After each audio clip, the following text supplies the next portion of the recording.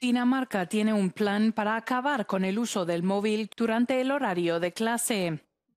Los institutos daneses han decidido bloquear el acceso a determinados sitios web este año escolar para mejorar la concentración de sus alumnos. Las páginas web bloqueadas incluyen las redes sociales, así como sitios web de compra y juegos. Nogle sider, der frister mere end andre sider, og der kan jo være fornuft i at lukke dem ned, så man ikke bliver fristet. Men er det ikke at være lidt formynderisk over for eleverne, at I ligesom skal gå ind og fortælle dem, hvad de må og hvad de ikke må? Nej, det synes jeg ikke. Vi har ansvar for, at de får en rigtig god uddannelse. Jeg har set det her.